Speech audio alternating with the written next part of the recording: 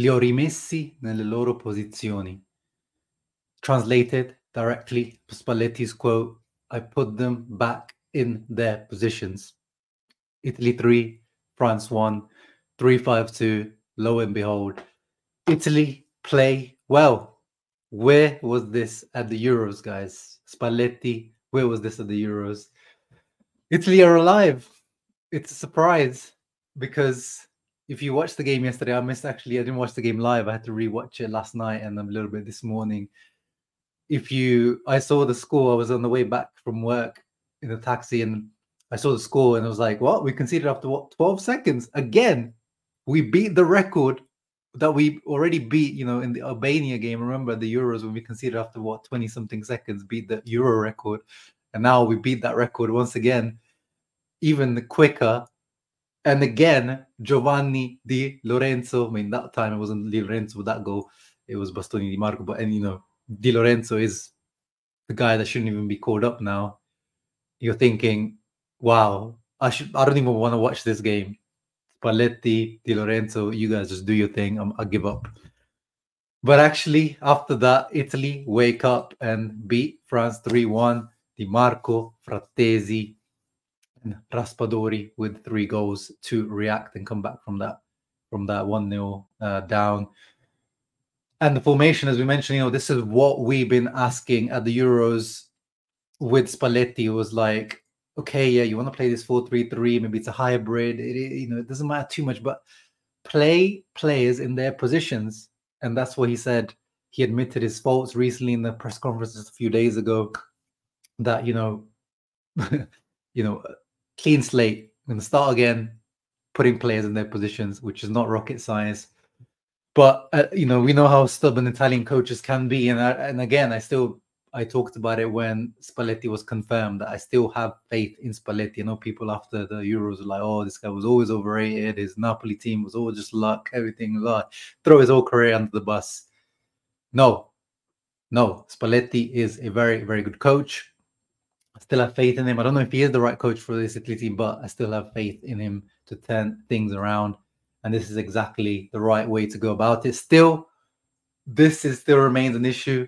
Di Lorenzo at fault for the goal, and in general, shouldn't be part of the squad. How many chances is Spalletti going to give him? Give him Father of the Year award, Spalletti, because he keeps calling Di Lorenzo his son, but at some stage, he has to cut ties with him. Otherwise, he's going to cost Spalletti his job. Either Spalletti's going to get fired because Di Lorenzo, or he's going to have to quit the job because of Di Lorenzo. So he needs to cut this thing short now. You've got plenty of options there. You've got Buongiorno. Yes, maybe you don't want to play all the 3 centre-backs as left-footed, but you also got Mancini, Scalvini when he comes back. There's plenty of guys out there. Cut it short. At least he's not playing wing-back, though. That was another big issue at the Euros where he kept playing Di Lorenzo as a wing-back. But what I like to see, Ricci reintegrated, with the Barella's absence. Locatelli still not called up. Ricci was left out for Fagioli. And maybe should have been part of the squad. And now, Ricci is a really nice, interesting player that I've liked since the Empoli times. He was Aslani before Aslani, kind of, he was that, up-and-coming regista from Empoli. But then at Torino, under Juric, they play like this. They used to play this 3-4-2-1. Juric turns his centre midfielders into it's a good thing in terms of developing the defensive side of the game. Juric, fantastic for centre mids, battling, dueling, tactical understanding, great. But for creative or, technical players, I don't think, he kind of wasted the last couple of seasons, Ricci under Juric. Now under Vanoli, who's a little bit more progressive, I think we're going to see the rise of Ricci once again. And I like that Spalletti played him in his old position as a regista, and he did very, very well. Kept things ticking, but not just passing-wise, because we know he's a good technical player, but he was good off the ball, shielding the defense as well, which I liked. 6 duels won. Nice, good to see. Of course, Calafiori, Bastoni, they were amazing. The one thing to actually talk about is the actual average positions. Again, 3-5-2, especially defensively, is what this team needs to play, because that's the best. That puts every player in the best position. But when you actually look at the average position, this team, as it always was under Mancini, it's a bit of a hybrid. Like you see here, it's almost like Calafiori. This is him, RC, Riccardo Calafiori. He's almost playing in the double pivot with Ricci. And it's almost a 4 at the back with You see Di Lorenzo and Bastoni being the ones a bit more pinned back, and Dimarco and Cambiaso being allowed to go up and down. And then, you know, Pellegrini was almost the striker because a lot of the time Retegui had to come deeper to collect the ball. So he was almost playing with no strikers at times. It was almost like a 3-6-0 really, or not even a 3-5-1-1. But you see, this Italy team is fluid. It's just that having it with 3 at the back gives you that solidity and that understanding that most of these players have playing 3 at the back. Beautiful to see Tonali back, man. Again, in a different way, but of course he's wasted a year of his career due to his own issues of gambling or whatever. But it's so good to see him still only 24 years old. We missed him massively at the Euros. Tonali provides legs, athleticism, running, but also technical ability. You know, him linking up with Dimarco on that goal showed that. And then even, you know, Spalletti says even in the 85th something minute, this guy had legs and still bursts of speed. You know, he was definitely a missing piece in that Italy midfield in the summer. Really, really good to see him back. And yeah, once Barella comes back, you know, Italy once again have a really, really strong midfield. Good to see Sandro back.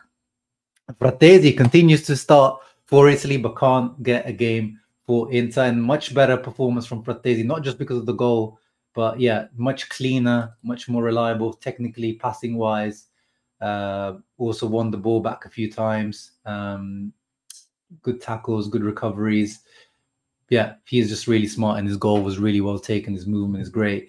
Small worries for Inter fans for his injury, but apparently it's nothing serious, but really, really good to see him. He is Spalletti's Perotta, if you remember Perotta from the mid-2000s and Roma and Italy. He's that kind of player, loves to get into the box and score goals, maybe not the best technically. Cambiaso, again, a guy that should have got more minutes at the Euros. Struggled sometimes, you know, playing out the back, but actually his passing and his switches of play were the reason why we scored 2 goals. The first one for the Dimarco one, and the second one for the third one for the Raspadori. His switches of play, because he's both-footed, he's able to cut inside and switch. Very, very solid technically. Pellegrini is still a bit of a mystery. I don't know if he should always be part of the squad for sure, Pellegrini, but I don't really know. You know, Mancini used to play him as a left winger sometimes in the 4-3-3, and, you know, Spalletti, I don't know why no one ever plays him in the 3 midfielders. He always feels a bit of a fish out of water. But Retegui was decent. He battled all game, got an assist, very good assist for Frattesi's goal. I liked him. You know, he's definitely going to be the number 9 now. So Kamaka's out. There's not really many other choices out there. Moise Keane maybe can do a bit of a challenge. He had a good impact substitution, but yeah, it is what it is. Yeah, that's who we've got now, and hopefully Retegui can step up. But in general, just much better, much more fresher Italy, much more, you know, incisive, much more compact. Defensively, we didn't really give too much. And if we look at the stats, you know, we completely dominated France in terms of XG. We didn't really give him any big chances. We missed a lot of chances, actually. You know, Frattesi had a one that hit the crossbar, and Retegui should have done better. And in general, yeah, we created the better chances, to be honest. You know, Donnarumma had to be alert on a few situations, but nothing crazy. So very, very good. Here it shows kind of that switch of play that led to Dimarco's first goal from Cambiaso. So yeah, no, very, very encouraging signs for, first of all, Spalletti to kind of, you know, finally realizing his mistakes. But in general, the players as well, you know, we can't just blame everything on Spalletti. Good to see Udogie back as well. He almost played as, you know, Spalletti mentioned, he played as a mezzala actually when he came on for a little bit. Shows his versatility. He had an assist when he came on, and the ability to bring on a guy like Buongiorno after Calafiori got injured. Calafiori, by the way, really, really good. Stepping up technically, really, really good. Brescianini got his debut. That's good to see. As I said, Moise Keane had a really good impact as a substitution when he came on. And, you know, we still have Barella to come back from his injury. So good signs from Italy. Let's not exaggerate, though. These Nations League is a little bit of a glorified friendly. Yes, they're technically a competitive game. And, you know, the France team that was put out on the other side, that's not a B team by any stretch of the imagination. So strong France team, and we beat them. But at the same time, you know, these are kind of glorified friendlies. So good to see, but let's see in the coming games how things continue. But hopefully Italy can take this on, and we have to qualify for this World Cup at least. So let's do that first, and then we'll talk about what are our chances moving into the World Cup. Again, that is the focus. The Euros, yes, it was a disaster, but I think it was about giving Spalletti those 2 years to build it into that World Cup. And I think that 2026, that's where we judge Spalletti fully. You guys let me know in the comments down below your thoughts on this Azzurri team yesterday. Who did you like? Who do you want to see that you didn't see? What other players should be integrated? What young players do you want to see integrated? Let me know in the comments down below. Ciao ragazzi. Forza Italia, Forza Azzurri.